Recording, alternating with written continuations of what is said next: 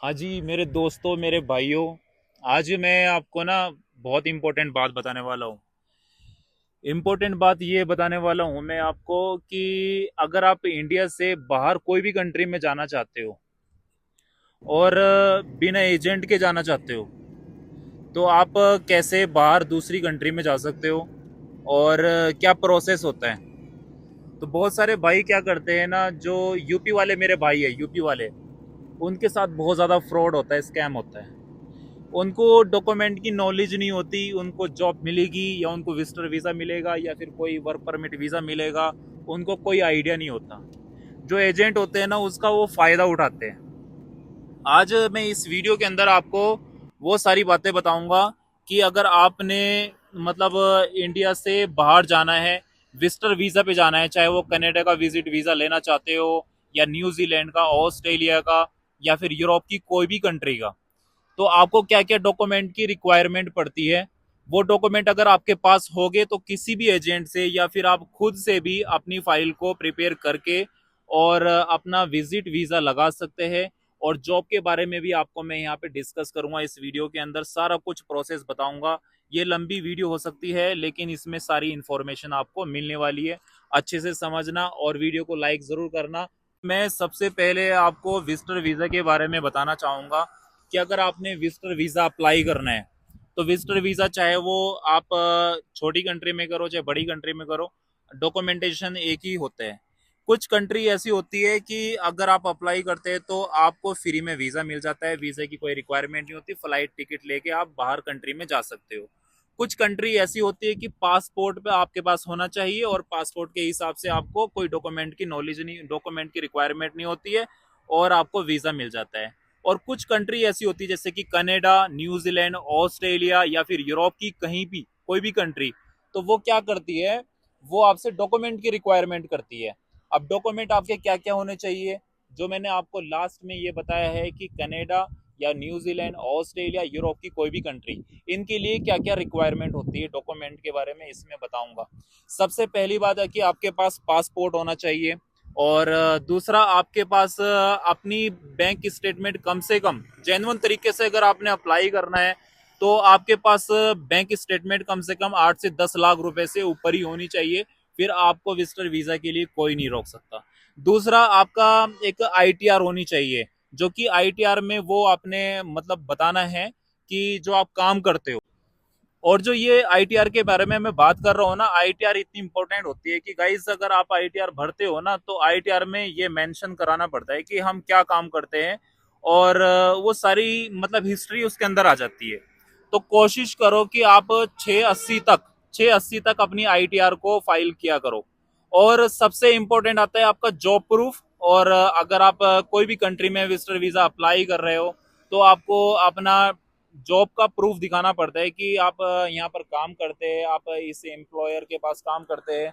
आपके पास अपना leave letter होना चाहिए और अपने सारे डॉक्यूमेंट आपके पास ये जॉब के रिगार्डिंग होने चाहिए।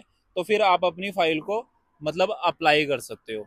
दूसरा, जो आपके पास प्रॉपर्टी है, प्रॉपर्टी आप इन द सेंस कि आपका घर है, आपके पापा के नाम पे कोई मतलब घर है, वो रजिस्ट्रेशन है, रजिस्ट्री है उनकी, तो वो लगाओ। कुछ अगर आपका ज्वेलरी है तो वो आपके सीए रिपोर्ट में सारा कुछ आप मेंशन करा के अपनी सीए रिपोर्ट लगा सकते हैं। तो जो ये मैंने डॉक्यूमेंट बताया है, ये विजिटर वीजा फाइल करने के लिए है।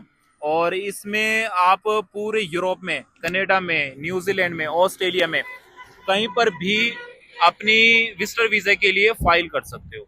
ये डॉक्यूमेंट मैंने जो बताया है, अगर आपके पास है तो आप अपना विजिटर वीजा कहीं का भी ले सकते हो। और मैं आपको एक चीज बताना चाहता हूँ ना गाइस, एक चीज बताना चाहता हूँ कि अगर आपके पास ये डॉक्यूमेंट नहीं है तो आप बिल्कुल भी किसी एजेंट के चक्कर में ना पड़ना, क्योंकि भाई आपका रिफ्यूज ही होना है, आपसे पेमेंट चली जाएगी, आपको वीजा ही नहीं मिलेगा। अगर आपके पास ये डॉक्यूमेंट है ना, तो कहीं से भी अप्लाई कराओ, आपको वीजा ही मिलेगा।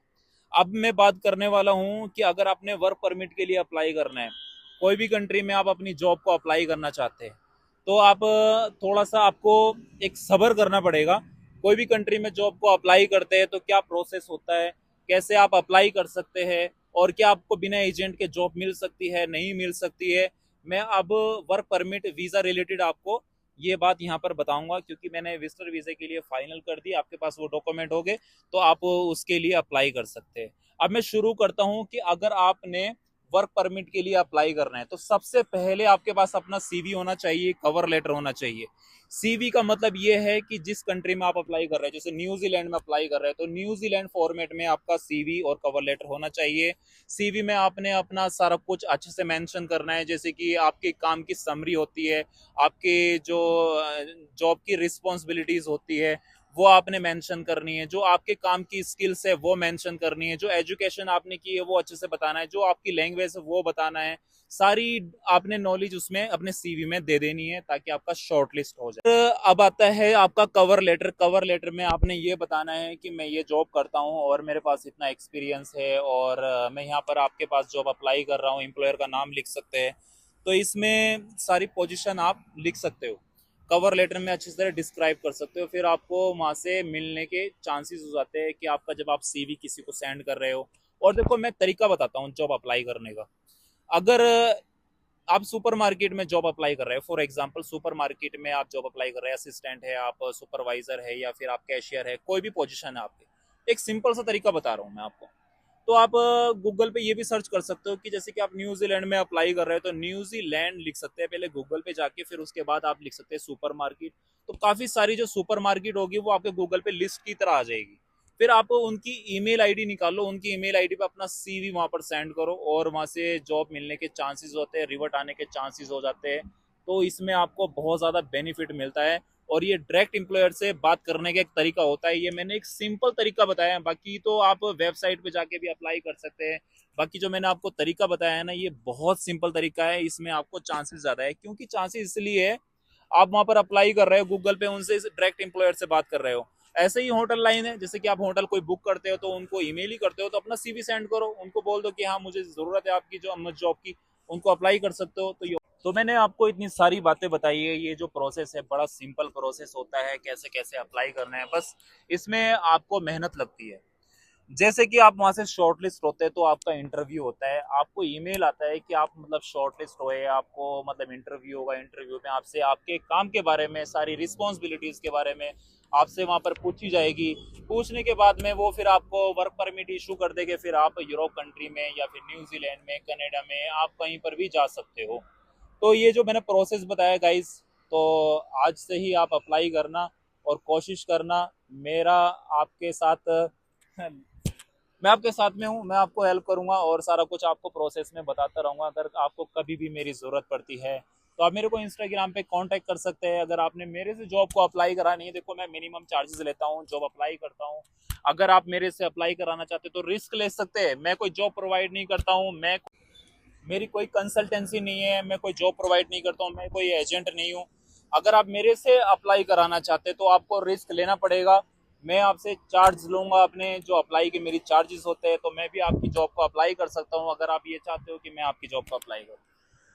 तो अगर आप मेरे से कांटेक्ट करना चाहते हैं तो आप मेरे डिस्क्रिप्शन में जाकर मेरे इंस्टाग्राम पर आ सकते हो और साइड में मेरा इंस्टाग्राम हैंडल देख सकते हैं, आप मुझे मैसेज कर सकते हो।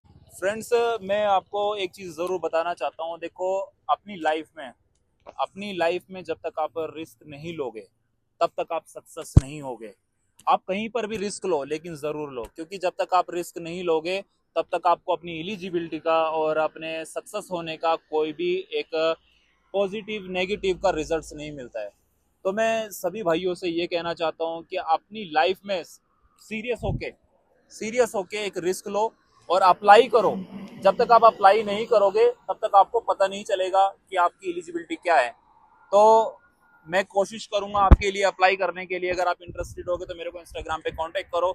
और जो मैंने बात आपको बताई है उनको आपने फॉलो करना है, मतलब जो मैंने आपको विजिटर वीजा के बारे में बताया है उनको फॉलो करना है। डॉक्यूमेंट अगर आपके पास होंगे तभी आप स्टेप लेना, वरना मत लेना, आपके साथ फ्रॉड हो जाएगा, स्कैम हो जाएगा और आपके पैसे डूब जाएंगे, आपको वीजा नहीं मिलेगा।